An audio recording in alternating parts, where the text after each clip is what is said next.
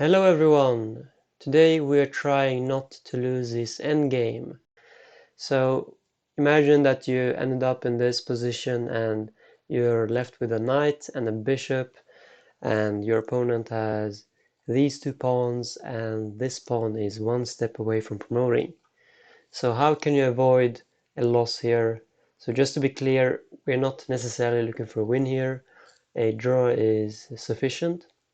So it's white to play and make a draw.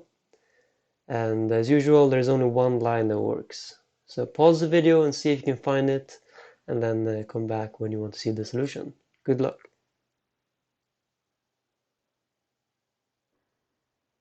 Okay, so our king is currently too far away from this pawn. So if we move the king to e2, black will just promote, and this is enough material for black to win with. And if we try to play bishop to d4, try to defend the promotion square, well, black will just accept that bishop, and we still cannot stop this pawn. If we try to take the c4 pawn with the knight, then black is just going to take the knight and then promote. So how can we not lose this game then? Well, that is by playing knight to a4 check. That is the first move to play. And the idea is that the black king has to defend the d4 square. So if black were to play king to b5, then we would have bishop to d4, and we would be controlling the g-pawn.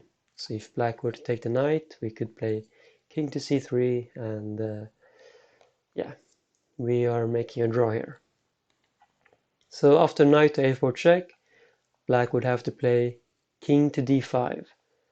And now, how do we stop this pawn?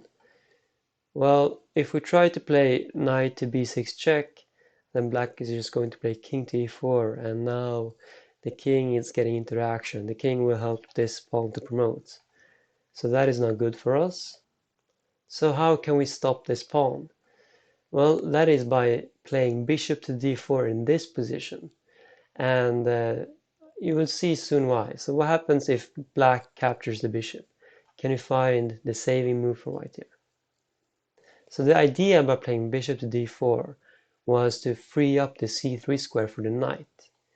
So now we can play knight to c3, and if black promotes the queen, do you see now what the idea is?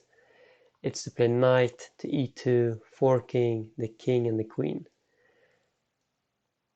And if black now doesn't take the bishop, instead plays king to e4, well, now we can just, our bishop will defend the promotion square, and the white king will take care of the c4 pawn.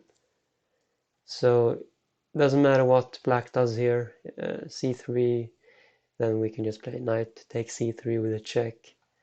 And if black takes the bishop now, then we have knight e2 stopping the pawn. And maybe some of you are wondering, well, after bishop to d4, king takes d4, knight to c3, what happens if black promotes to a knight?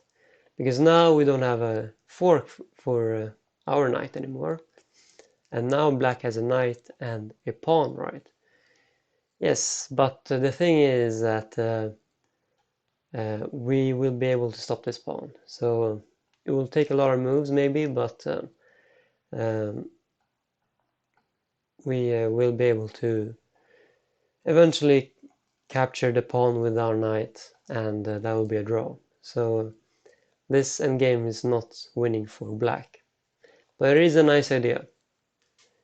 So let's just repeat it. It was a knight to a4 check, and black plays bishop to d5, and here we could play bishop to d4 to free up the c3 square for the knight. And yeah, black cannot avoid the fork. If black plays anything else with the king, again, we will just stop all the pawns with the knight and the king. And if black promotes, then we play knight to e2, royal fork.